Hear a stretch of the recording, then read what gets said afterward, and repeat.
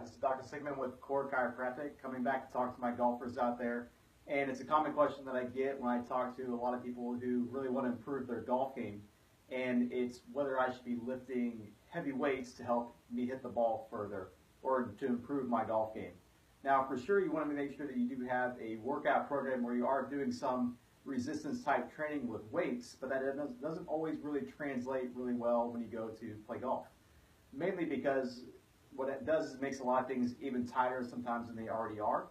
And also your posture over time can affect your golf swing. And then if you do weights on top of that to make things tighter, it's only going to affect your golf that much more because you will start to lose mobility. Mobility is the biggest thing that you need for golf because it's going to be the thing that makes you the most consistent with your swing to make sure that you have proper tempo. So, of course, being able to lift heavy weights, and you see those bigger guys that are out there playing on the golf course, you're thinking they can probably hit the ball pretty far. But a lot of the guys that you'll see that are on tour only weigh 150 to 160 pounds, and they're able to hit the ball well over 300 yards. Mainly because they have workout programs that are really designed for them to have the best golf swing possible, and it's all more of a golf-centric type of workout. So the biggest thing you want to work on is mobility. So mobility, when we talk about, especially into the shoulders, is really encompassing all those rotator cuff muscles as well as the muscles that are in and around the shoulder that get tighter and tighter the more that we sit.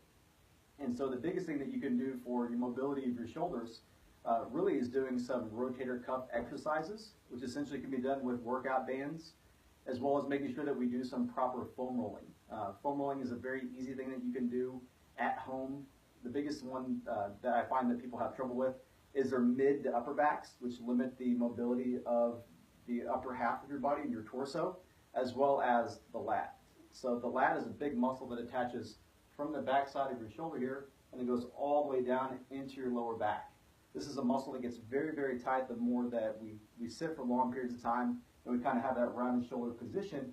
And if you have issues with getting full mobility of those lats, it's really going to hinder having that full mobility of your shoulders when you come and load back into your backswing, and then when you come through the ball. So you want to make sure that you are foam rolling properly, as well as making sure that you are doing some type of rotator cuff exercises to get as much mobility out of that shoulder as we can, so that way we can bring the club back into the proper position in the backswing as well as when we come through. And it reduces the chance of you having any pains, not only in your neck and upper back, but as well as your lower back too. Because if you start to limit the amount of shoulder rotation that you have into the golf swing, you're going to start to put more pressure onto your lower back.